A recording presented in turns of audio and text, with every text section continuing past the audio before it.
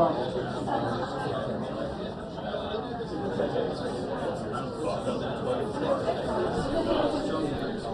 check, 1, 2, mic check, 1, 2, 3, audio check, 1, 2, 3, 4.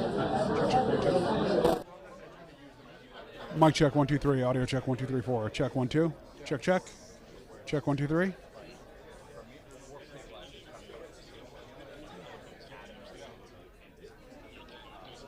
Mic check, 1, 2, 3, audio check, 1, 2, 3, 4. Check, 1, 2, check, check. Here comes Caitlin. We need to get this. Check, 1, 2, mic check, 1, 2, 3, audio check, 1, 2, 3, 4.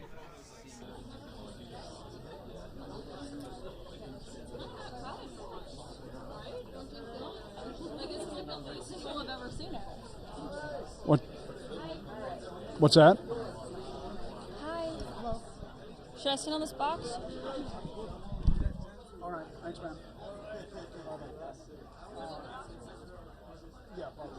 Let's get you. I'm sorry. Oh, sorry, man. Let me get you an actual. Let me have that out.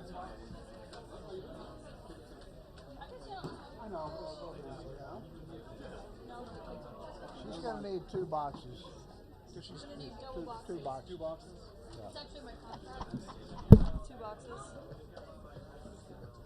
Thank you. High control room. Look, I tried. It feels semi-stable. Do you want the No, it feels good. It feels okay. You sure? Yeah. I really don't want you to fall. Me neither, because I'm going to regret it only because I'll feel like... Colin will check. Right. No, it's good.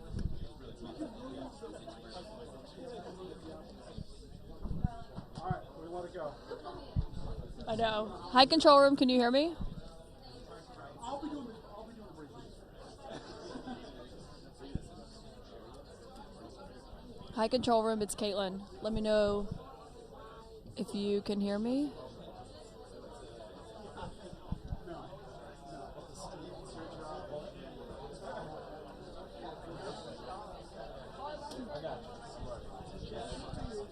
She starts to fall.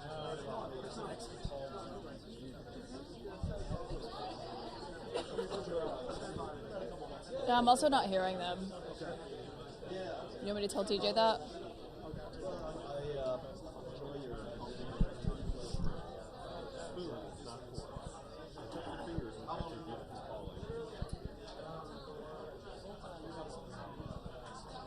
Hey, it's Scott. How's it going?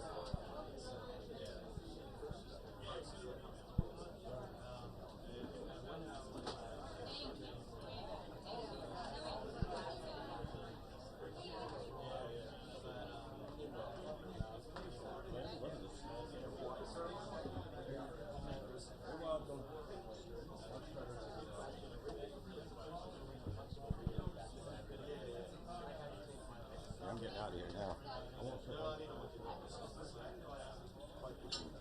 This is about Caitlin. I think you guys are working on it right now. Hi, Christy. I got you. Can you hear me? Okay, cool. And you guys take it on for Perfect. Thank you, Scott. The rest is up to God.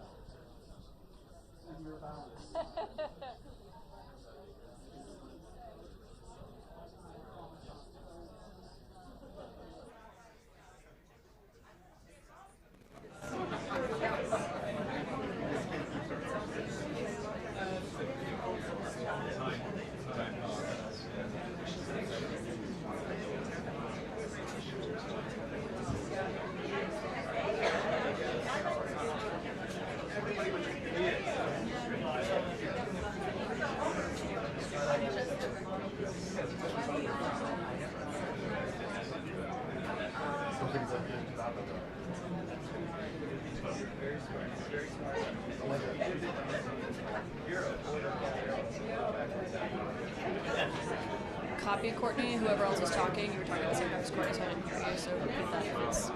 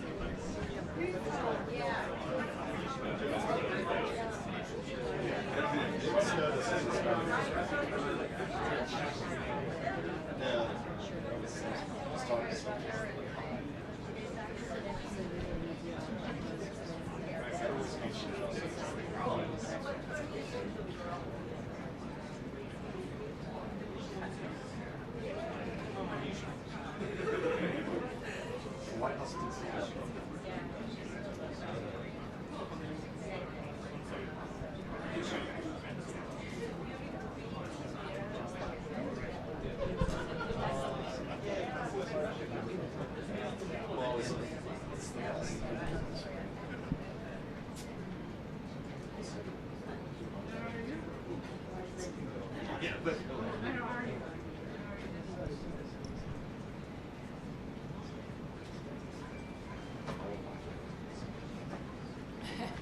happen at some point, so.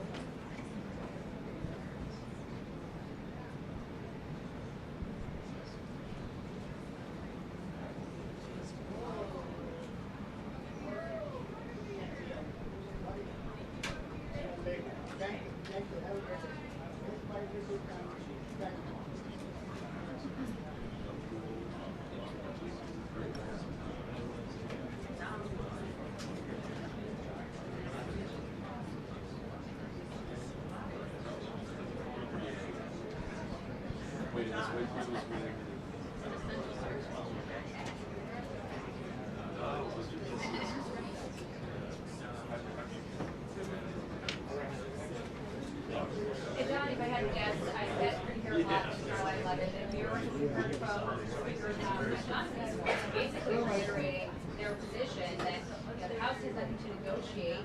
They did their job. They passed a bill, sort of countering this message from Democrats to suggest that Republicans share the blame. Boris, this is the first time we've heard from the White House press secretary here in the briefing room since Chicago and Illinois and those AGs filed those lawsuits against the administration over their planned deployment of the National Guard, something that President Trump has been threatening for several months now, and now officials there obviously believe he is ready to make good on. And so what we're going to hear from the White House, obviously we've seen this big playing out over the last 48 hours or so, where they have argued that a judge cannot override the president's authority when it comes to sending the National Guard to places where he believes that it needs to be.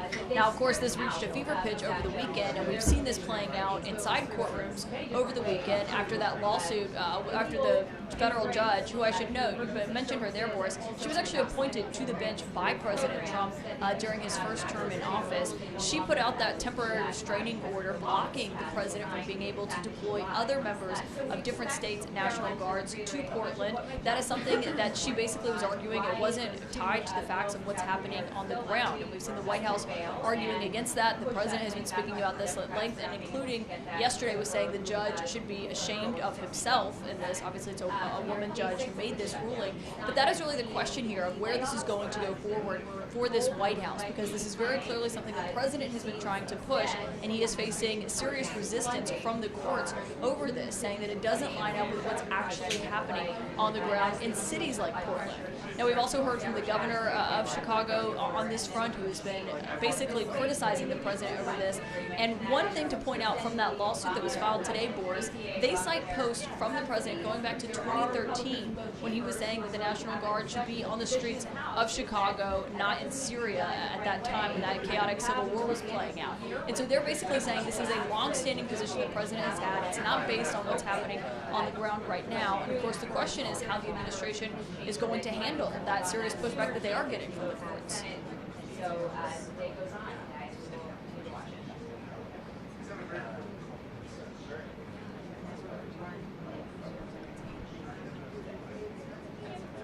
So far, we haven't seen that materialize. It has certainly been a threat that they have made and something that they've described as their hand being forced to have to do that. Speaking of meetings that the president has had with his budget director, Russ Vought, we've not actually seen that come to fruition, though, but we have seen them pulling contracts left and right when it comes to infrastructure projects. We saw them reverse counterterrorism funding cuts just last week in the state of New York, and also we've seen this playing out in other areas, including from the Department of Energy canceling climate contracts. But the argument from the administration on that front, Boris, has been we have to pull this funding because of the government shutdown. But in my interview with the Energy Secretary, Chris Wright, here at the White House last week, he actually acknowledged that it wasn't tied to the shutdown at all, that it was a long time thing that they had been planning and reviewing and working on for months. And he also said that there could be more to come potentially. So obviously a lot of questions here at the White House to see what they say about both of these fronts and whether or not they believe that government shutdown is going to come to an end anytime soon, as we've seen a virtual standoff happening on Capitol Hill.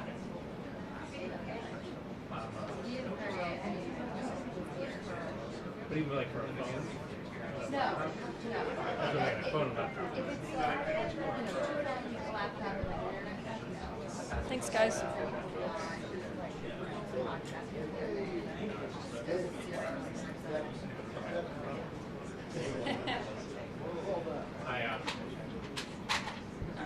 pulled up the information.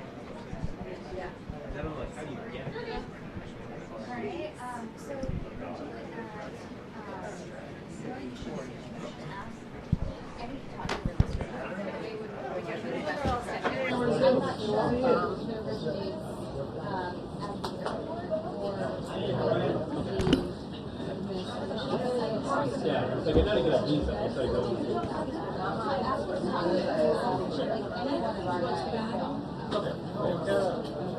Kara, you're back, right? So, got it.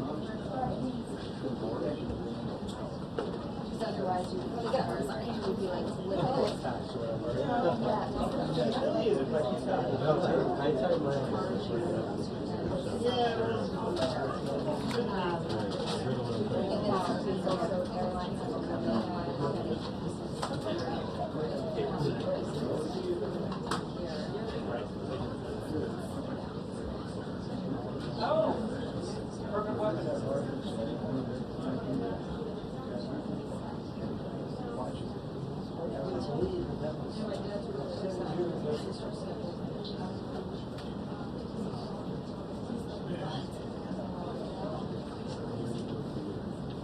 yeah.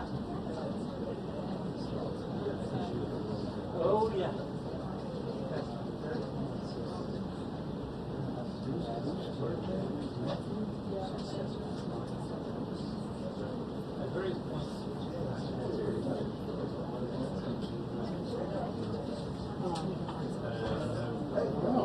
What's the drink?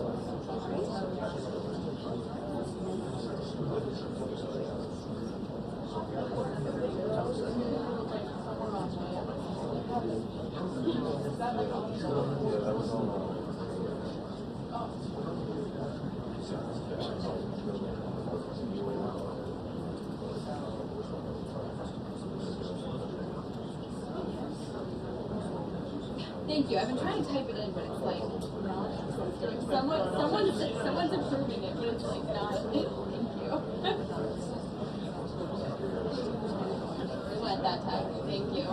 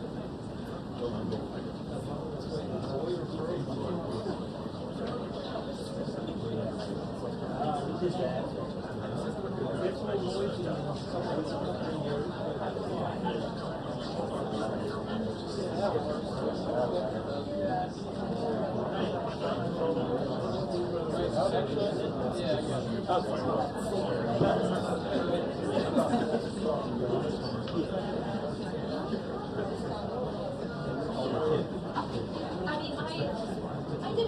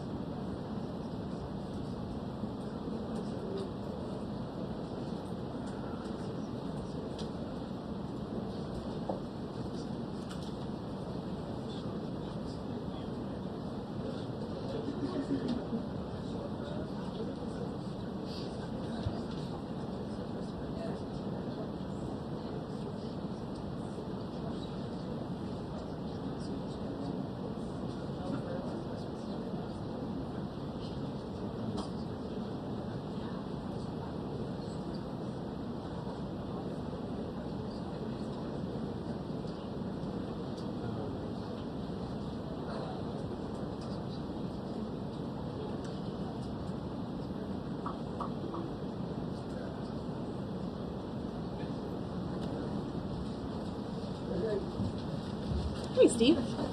How are you? Glad you're so excited to see me today. Alrighty. Good afternoon, everybody, and happy Monday. Let's get to it, and we'll begin with a few scheduling announcements today. President Trump will be hosting the Canadian Prime Minister Mark Carney tomorrow for a working meeting here at the White House. On Thursday, the president will host his 8th cabinet meeting alongside his incredible team. Also on Thursday afternoon, President Trump will host the president of Finland, Alexander Stubb, for a working meeting here at the White House. The president also wanted me to relay his congratulations to Japan for electing their next prime minister, a highly respected person who also happens to be the first female to hold the position for our great ally. While President Trump continues to negotiate peace deals, meets with world leaders, and celebrates the 250th birthday of our United States Navy, as you saw he and the First Lady do just yesterday, Democrats, unfortunately, are continuing to play political games. And we are now in day 6 of the Democrat federal government shutdown. Millions of American federal workers are under enormous financial stress as a result, wondering how they will pay their bills and take care of their families. If the Democrats do not vote to open the government tonight, federal workers will not receive their next full paycheck. Additionally, the special supplemental nutrition program for women, infants, and children will run out of federal money very soon. This program provides vouchers to buy infant formula, fresh fruits and vegetables, and other healthy foods for low-income families. It can be easily fully funded if Democrats simply vote tonight to reopen the government. Also, our incredible military service members who risk their lives to preserve and defend our country are now working without pay and will miss their next paychecks if this Democrat shutdown does not end tonight. The Republican-backed clean and nonpartisan funding bill fully funds this important food aid program, gets our troops paid, and reopens the government. So all of this begs the question, what is the Democrat ongoing shutdown truly about? The sad truth, we believe, is that the Democrats intentionally shut down the government and are inflicting this pain on American citizens to try and demand free health care for illegal aliens. Of course, this is an indefensible and truly radical policy to be in favor of, let alone to use as the primary reason to shut down the United States government. So the Democrats and their allies are desperately lying about their true motivations. We have to set the record straight with the facts so the American people understand what's really at play here. House Republicans passed a clean and nonpartisan funding bill to keep the government open and ensure our troops and other hardworking Americans are paid. Every single House Democrat except one voted against this clean and nonpartisan funding bill. Senate Republicans have subsequently tried to pass this same clean funding bill 4 separate times, and they will do so again tonight, to fully pass it to be sent to the president's desk for signature. And the president is ready to sign this bill to reopen the government as soon as it is sent to his desk. Yet every single Senate Democrat except 3 have voted against this clean and nonpartisan funding bill. The Democrats' current position is that the only way the American government can reopen is if illegal aliens can get free health care. Don't take my word for it, just look at what's inside of the Democrats' proposal to reopen the government. Their funding proposal would result in nearly $200 billion spent on health care for illegal aliens and other non-citizens over the next decade. To put this in perspective, $200 billion is enough money to fund the entire children's health insurance program, which provides health insurance to low-income children and women. Under the Democrats' proposal, the millions of illegal aliens who improperly were granted asylum and paroled under the Biden administration would once again be allowed to receive Medicaid benefits. It does not end there. The Democrat proposal would also require Medicaid to pay more for emergency care provided to illegal aliens than it does for American patients who are disabled, elderly, or children. When someone shows you who they are, believe them. The Democrat Party has unfortunately closed our government, costing Americans their jobs, threatening our military readiness, harming our economy, and causing chaos, all to help the illegals who broke into our country. Instead of holding illegal aliens accountable and removing them from our country, which is what this administration is trying to do every day, the Democrats want to give them the free benefits paid for by the American taxpayer. Democrats in 2025 are for illegal aliens first and Americans last. This is the reality we are unfortunately facing right now in Washington, D.C. President Trump and Republicans will not give in to these radical demands. The president and Republicans have a sacred responsibility to serve and protect the interests of their constituents, the American people. That's why we are backing a clean and nonpartisan funding bill with no strings attached to reopen the government. Democrats should do what they did 13 separate times under Joe Biden and vote for this exact same type of funding bill. Now the Senate will vote tonight for the 5th time to reopen the government on the 6th day of this shutdown. All we need are an additional 5 Democrat senators to end this madness and vote for the clean funding bill to reopen the government. If you are an American watching at home right now, call your Democrat senators and tell them to do the right thing and end this shutdown.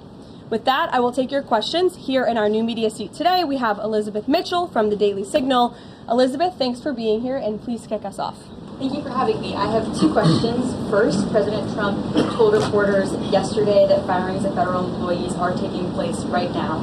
In which departments have people already been fired from their federal jobs due to the shutdown? The president was referring to the hundreds of thousands of federal workers who have been furloughed as a result of this federal government shutdown, both here at the White House and across the entire federal government. At agencies across the board, there are federal workers who are staying home. Many of them work in the White House. You know them. Some of them sit just behind me at those desks. They are unable to show up to work right now because the Democrats chose to shut the government down. And so we're already, unfortunately, seeing the consequence of this. And then, of course, the Office of Management and Budget is continuing to work with agencies on who, unfortunately, is going to have to be laid off if this shutdown continues. And Secretary Robert F. Kennedy Jr. said the FDA was required by federal law to approve the new abortion pill last week.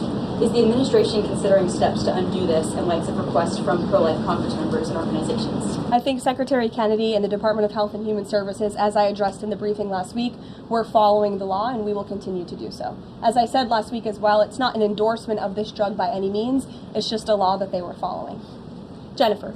We heard you say that you want people to call their Democratic senators. Is the president calling Democratic senators himself? Can you say what he's doing today to resolve the shutdown? Yep, I was just in the Oval Office. He was on the phone with Speaker Johnson. He's also spoken with the Senate Majority Leader, who are in touch with, of course, moderate Democrats and Democrats across the board, who we understand hopefully want to do the right thing by their constituents to reopen the government. So the president is being kept very well apprised of the ongoing shutdown on Capitol Hill. And of course, his position is very clear. There's nothing to negotiate, just reopen the government, and then we can talk about all the important issues facing our country. So he hasn't called specific members of Congress? Not to my knowledge, no. And then on the Affordable Care Act, is he willing to give more, to share more on what he'd like to negotiate on the Affordable Care Act later? Is he willing to say specifically what he would like and when?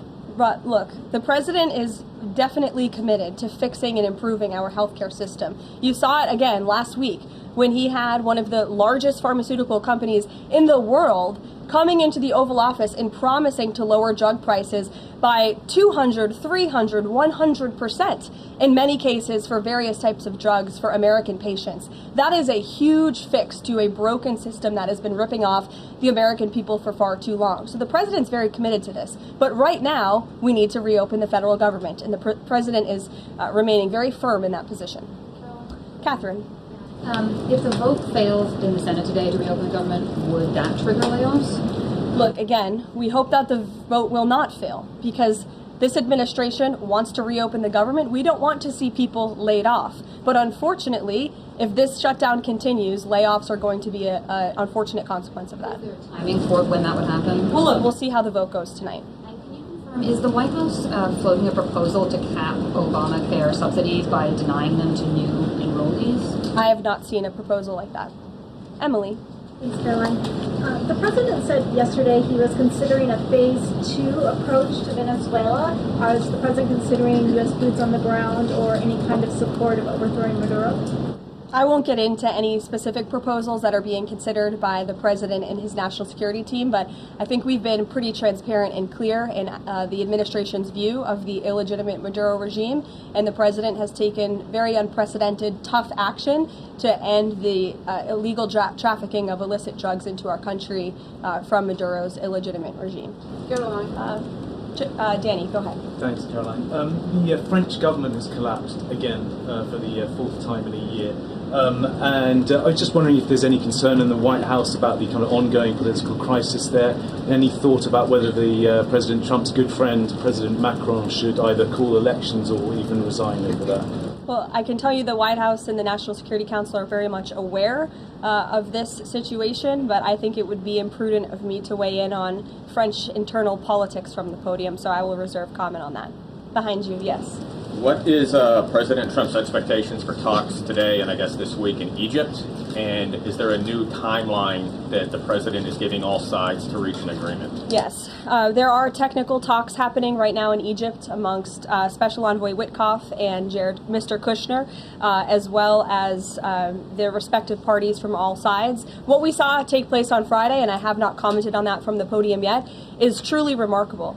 You've seen all sides of this conflict agree that this war needs to end and agree to the 20-point framework that President Trump proposed. It's an incredible achievement, and the administration is working very hard to move the ball forward as quickly as we can. The president wants to see a ceasefire. He wants to see the hostages released, and the technical teams are discussing that as we speak to ensure that the environment is perfect to release those hostages. They're going over the lists of both the Israeli hostages and also the political prisoners who will be released, and those talks are underway, and the president is very much on the ball and is being apprised of this situation. The president had given a Sunday evening deadline. Obviously, the negotiations have extended that, I imagine. What is that new deadline? Does the president have a time frame in mind to see this phase implemented? Well, the Sunday evening deadline was to hear back from Hamas on the proposal one way or another. And of course, on Friday, Hamas put out a very clear statement in the president's view that they accept the president's framework, and that's why those technical talks are now underway. But again, we want to move very quickly on this, and the president wants to see the hostages released as soon as possible.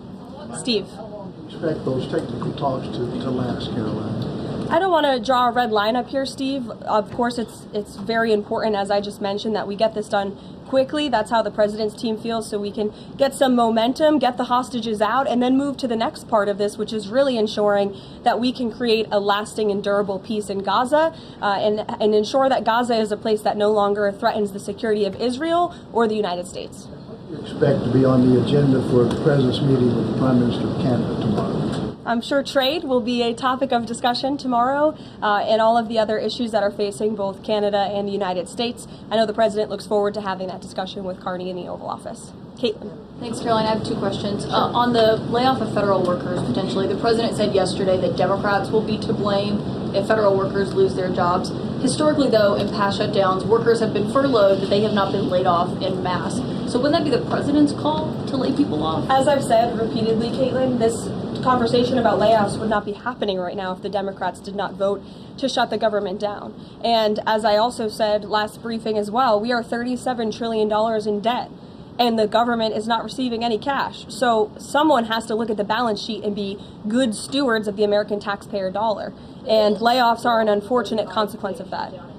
Term, for example. Well, as I'm telling you now, this administration is focusing on checking the balance sheet and ensuring we're doing the right thing by the American taxpayer. And again, these conversations about layoffs would not be happening in the White House today if not for the Democrat shutdown. And they have a choice to change that. They have another opportunity tonight to do the right thing to reopen the government. Joey. Judge over the weekend. Sorry, my second question. A federal judge over the weekend that the president had appointed to the bench in his first term in office basically argued that he could not deploy other states' National Guards to Portland. Basically said that it was untethered, his argument, to what is actually happening on the ground. Which local officials in Portland have said that the National Guard is needed there? With all due respect to that judge, I think her opinion is untethered in reality and in the law. The president is using his authority as Commander-in-Chief, U.S. Code 12406, which clearly states that the president has the right to call up the National Guard in cases where he deems it's appropriate. And if you look at what has happened in Portland, Oregon, for more than 100 nights, I was talking to our law enforcement team about it this morning, for more than 100 days, night after night after night, the ICE facility has been really under siege by these anarchists outside. They have been disrespecting law enforcement. They've been inciting violence. We saw, again, a guillotine rolled out in front of this federal building. And so the president wants to ensure that our federal buildings and our assets are protected.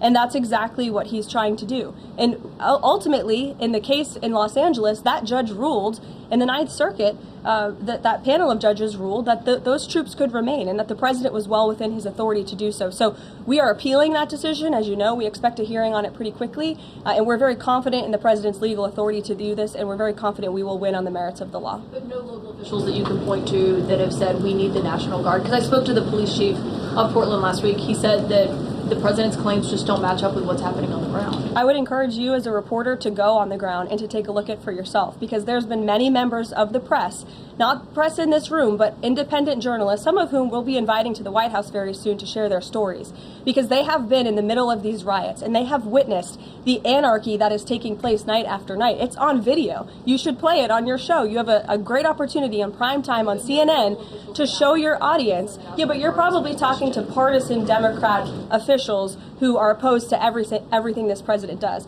You should also ask the people who live in Portland. We've actually heard from many members of the community who have said that this is complete civil disobedience. It's a mess. It's been loud. It's been troubling for neighbors in the community who are just trying to live peacefully. And these people are not there to peacefully protest. They are there to cause mayhem and havoc. Yeah, Karoline. Steven, go ahead. Thank you, Karoline. Two questions. First, do you have a reaction to reports that thousands of Cuban troops are deployed alongside Russia fighting in Ukraine? And on a very different matter, the president last week floated in an interview with our colleague Daniel from One America a rebate for tariffs of up to $2,000 per person.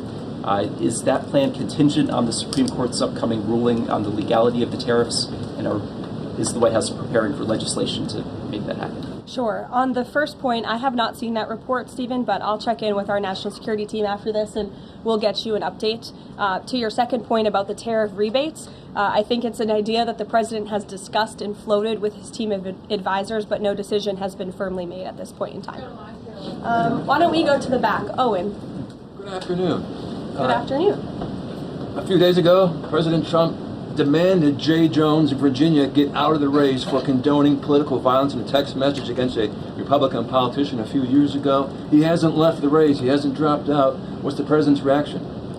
Well, as you know, I'm not at liberty to discuss political races from the podium. I think the president himself made his position very clear, and I think anyone could agree the messages that were sent by this Democrat nominee for Attorney General in Virginia are really shocking, alarming, and completely unacceptable. He was threatening to kill his opponent and his opponent's children, and that type of rhetoric has zero place in our country, and the president was absolutely right to condemn that. Sure, go ahead. Thank you. The Democrats have questioned and scrutinized the president's comments about using potentially the military, American cities, as training grounds for the military. And when you look at Portland, Chicago, local and state officials say that their local law enforcement is able to handle the situations, these protests on the ground. The president says that Portland is burning, using that as justification for the National Guard in Portland. But when you look here in Washington, D.C., the president just last week said it is now a completely safe city, and there are still National Guard members on the streets that are not involved in ICE activities. Can you provide the justification for the White House here in Washington, D.C., why the National Guard members continue to be out on the streets? Because Washington, D.C. has invited the National Guard here. Why? Because the mayor is doing the right thing, unlike mayors in other cities like Portland, as Caitlin and others have pointed out, who refuse to see that there are positive results from when local law enforcement works with federal law enforcement to do the right thing on behalf of their citizens. And Washington, D.C. is no doubt a safer city right now today than it was a few months ago when President Trump started this initiative to make D.C. safe again. And the National Guard is still here because the president and the mayor agree that it's a good thing for the city. Just like you're seeing in Memphis, for instance. We'll have National Guard deployed to Memphis. We have federal agents who are on the ground working with state and local law enforcement. The state police in Tennessee are part of this effort. The local metropolitan police police in Memphis are part of this effort.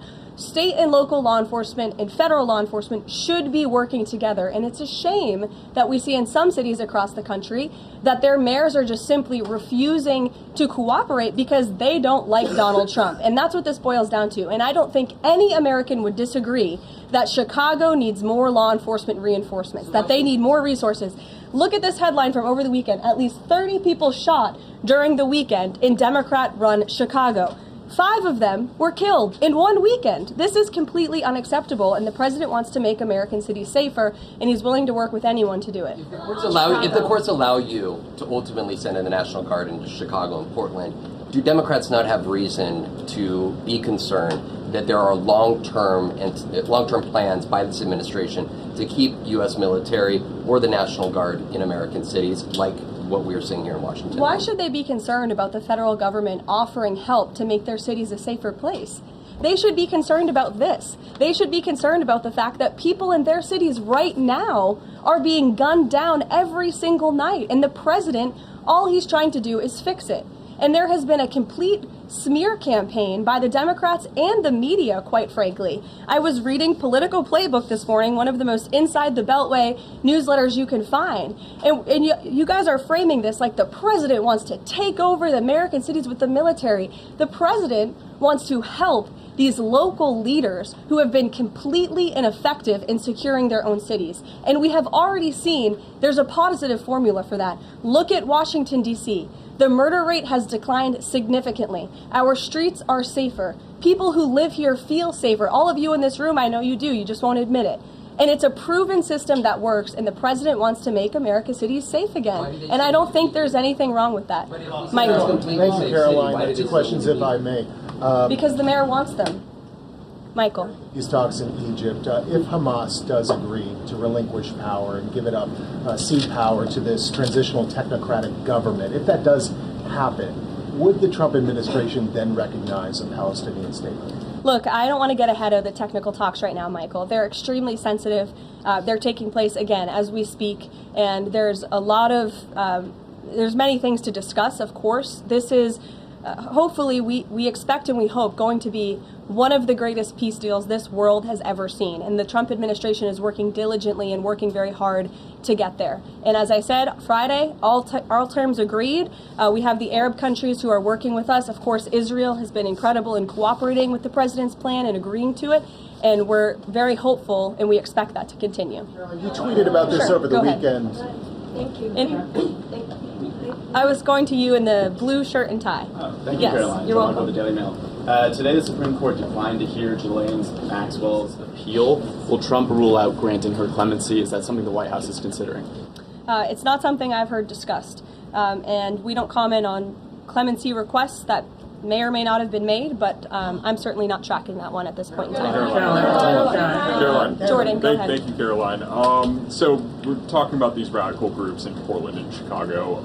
I know the president has spoken about potentially going after George Soros with RICO charges and for funding all of this violence. Has there been any update on that? And also, is the administration looking into the other nonprofits, maybe taking away their 501c3 status for funding this violence? And one more question. Sure. The financial backing of these groups, particularly Antifa, is certainly something the administration is looking into aggressively. And the federal government has never really been mobilized or tasked with doing that. So we're kind of kickstarting that into gear. The FBI is working on it alongside the White House's Homeland Security Task Force. We have our intelligence community looking into this as well. And even the Secretary of Treasury is involved with these matters since they are financial in nature. And we will continue to get to the bottom of who is funding these organizations in this organized anarchy against our country and our government. It's a question the American people have been begging the answer for many years, and we're committed to uncovering it. And when we do, I'm sure you'll be one of the first people to know. Separately, Caroline. Thank you. So Gaza, under the president's plan, is going to be governed by a transitional governance of a technocratic, apolitical Palestinian committee made up of qualified Palestinians and international experts. Now, given how radicalized the Palestinian population is in Gaza and in the West Bank, can you offer some insight or guidance into who are some of these Palestinians that are going to be considered for leadership roles in Gaza, and where you're going to be finding them, and do you have any names?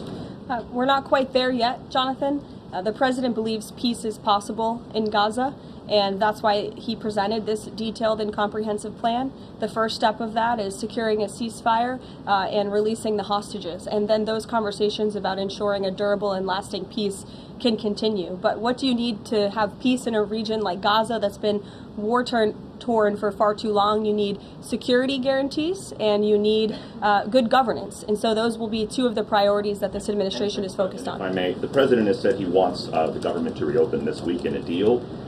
What's going to happen by the end of the week if there's no deal? What's the White House prepared to do? With no deal with what? To reopen the government. Look, as I said, unfortunately, there's going to be a lot of pain inflicted. There already is on the American public, on our troops who are not being paid, again, on women and young children who depend on critical food assistance. We hate to see this. And in fact, the Office of Management and Budget is trying to do everything they can to find funds to get out the door for these vulnerable populations in our country. Again, we shouldn't be having to do that. The Democrats have a chance to change course tonight. I believe the vote's taking place at 6:30, and we urge Democrat senators to vote to reopen the government and to do the right thing. Thanks, guys.